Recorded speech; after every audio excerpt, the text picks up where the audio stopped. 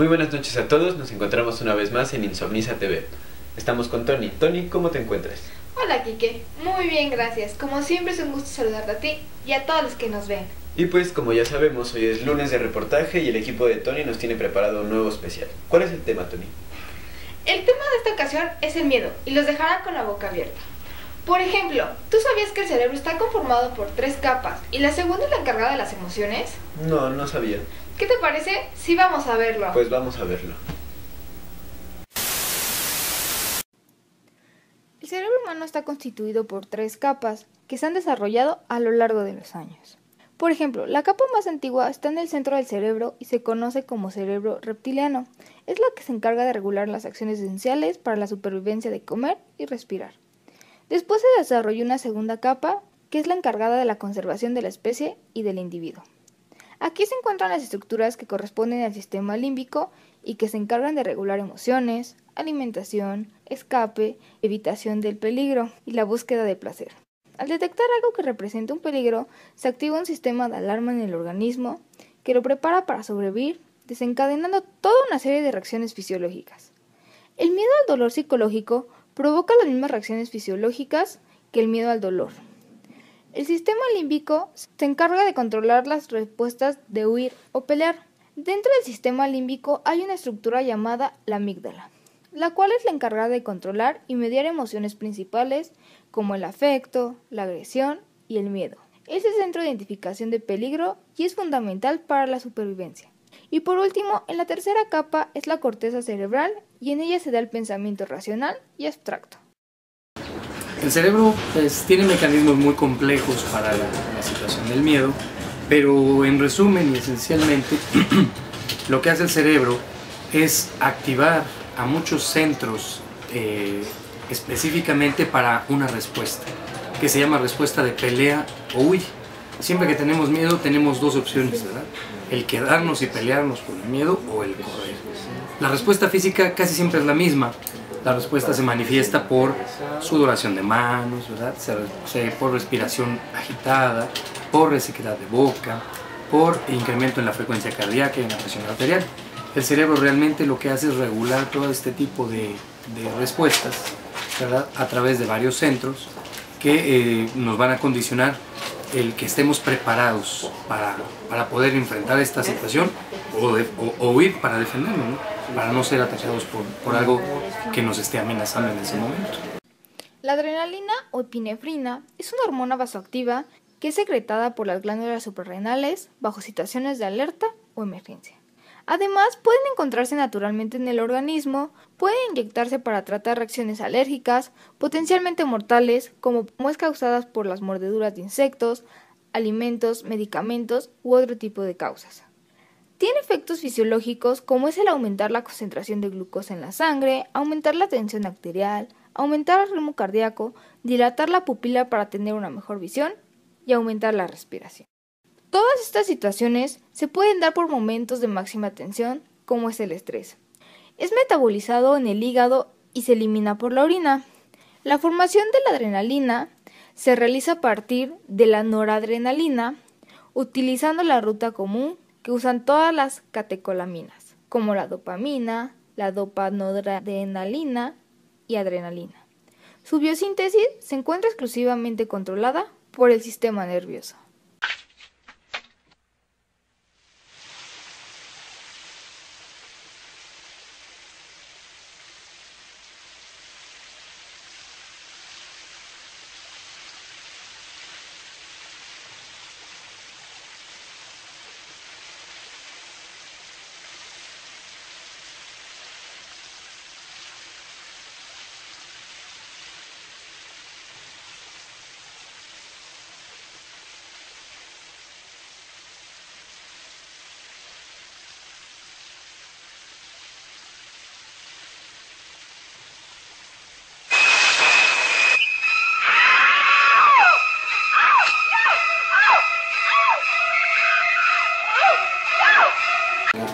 El cerebro va a producir diferentes sustancias, pero la más importante que se encarga de la respuesta del miedo es la adrenalina y la noradrenalina.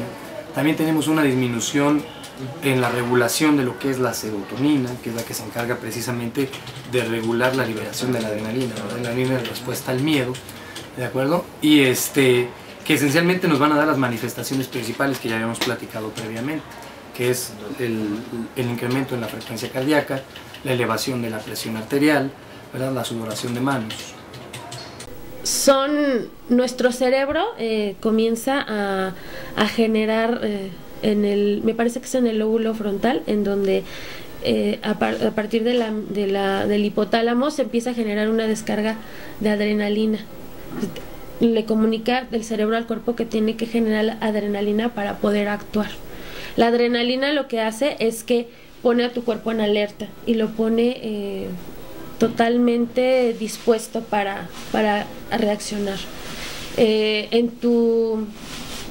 El hígado lo que hace es generar mayor cantidad de glucosa, porque tu cuerpo lo que necesita es tensar los músculos, y la glucosa es el combustible de los músculos y lo que necesita para estar tenso totalmente y para poder actuar. Todo miedo tiene tres componentes: el cognoscitivo, que permite reconocer el peligro tras la percepción de elementos amenazantes o peligrosos; el componente fisiológico, conformado por los cambios que se dan en el organismo, como aceleración de ritmo cardíaco, sudoración de manos, dilatación de pupilas, entre otros; y el componente motor, que son las características de reacciones musculares, con movimientos automáticos de huida y defensa. La mujer puede ser agresiva, por supuesto, ante el miedo, pero no es la respuesta común. La respuesta común es que tenga la sensación de miedo y que intente protegerse.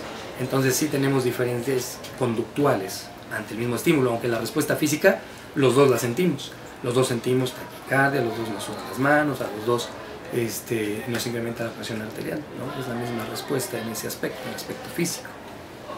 Pues las temporales, por supuesto, nos pueden dar desde insomnio, ¿verdad? Dolores de cabeza, nos pueden dar la sensación de inseguridad de manera temporal cuando tenemos un estímulo. Por ejemplo, cuando acabamos de chocar, ¿no?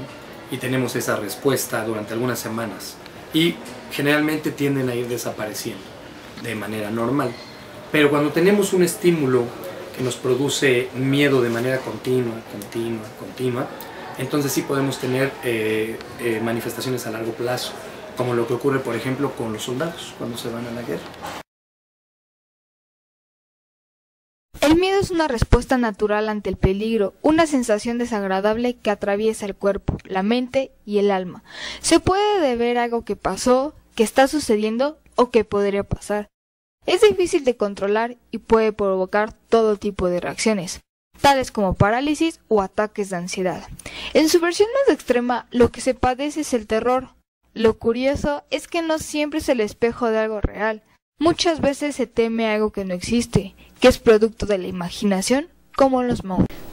Pues puedes llegar a llevarlo a un nivel 3, en donde quizá limpia menos las cosas, pero ya puede interactuar con las personas.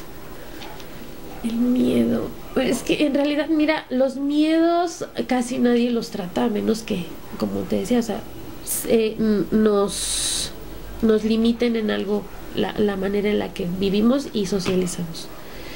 Los miedos más comunes, pues, es el miedo a perder. Por ejemplo, los celos es un tipo de miedo. Es una variante del miedo, que es el miedo a perder la atención, el amor y los requerimientos de otra persona. Entonces, regularmente son los que más llevan a una persona a terapia, y sobre todo de parejas, ¿no? En este caso.